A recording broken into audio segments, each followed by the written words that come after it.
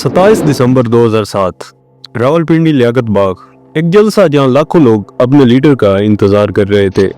एक आवाज जो पाकिस्तान का मुस्तकबिल बदल सकती थी, मगर उस आवाज को हमेशा के लिए खामोश कर दिया गया।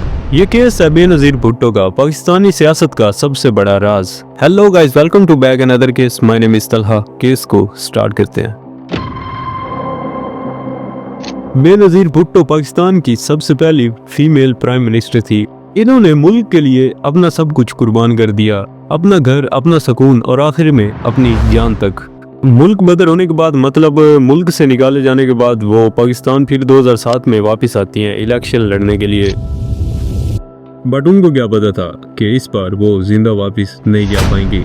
मौत का साया इनके आसपास मंडरा रहा था और इनको फोन कॉल्स, धमकियां वगैरह भी मिल रही थी। इतना खतरा होने के बावजूद भी बेनजीर ने कहा कि मैं मौत से नहीं डरती हूँ, मैं सिर्फ पाकिस्तान के लिए जीती हूँ। 27 दिसंबर को पीपीपी का रावलपिंडी लियाकत बाग में जलसा था। बेनजीर स्टेज पे अपनी स्पीच खत्म करने के बाद अपनी बुलेट प्रूफ कार में आगे बैठती हैं। लेकिन बेनजीर ने जब सपोर्टर्स को हवा कहने के लिए जैसे ही सनरूफ से सर बाहर निकाला, अचानक 3 गोलियां चलती हैं और उसके चंद सेकंड बाद एक ब्लास्ट होता है। चारों तरफ हरफा तरफी लोग इधर उधर भाग रहे थे, चारों तरफ आग लगी हुई थी और उसी पल बेनजीर जख्मी हो जाती हैं। बेनजीर को फौरन हॉस्पिटल ले जाया गया और कुछ देर बाद टीवी पर एक ब्रेकिंग न्यूज आती है कि बेनजीर शहीद हो चुकी हैं। मुल्क भर में शोक का माहौल छा जाता है, लोग सड़कों पर उतर आते, लोग रो रहे थे, मुल्क जैसे दुख में दब गया हो। हुकूमत ने कहा कि बेनजीर को गोलियां नहीं लगी हैं, ब्लास्ट की वजह से उनकी डेथ हुई है। लेकिन पीपीपी और उनके सपोर्टर्स ने कहा कि ये सब झूठ है, ये एक प्री प्लान्ड मर्डर है। जिसके बाद फौरन क्राइम स्पॉट को धुलवा दिया गया, सब सबूत मिटा दिए गए। स्कॉटलैंड यार्ड और भी काफी एजेंसियों ने बेनजीर केस इन्वेस्टिगेट किया, बट कुछ भी सामने नहीं आया।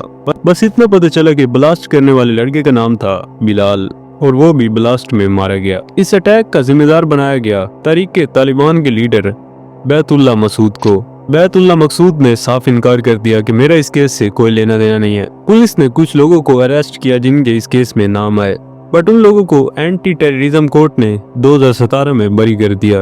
2 पुलिस ऑफिसर सऊद इजाज और खुरम शहजाद को 17 साल की जेल मिलती है नेग्लिजेंस के इल्जाम में। फिर इस केस में नाम आता है जनरल परवेज मुशर्रफ का। पीपीपी ने कहा कि जानबूझ के मुशर्रफ ने बेनजीर को एक कम सिक्योरिटी दी थी, बट मुशर्रफ परवेज मुल्क से बाहर चले जाते हैं और उन्हें इस केस से क्लियर कर दिया जाता है।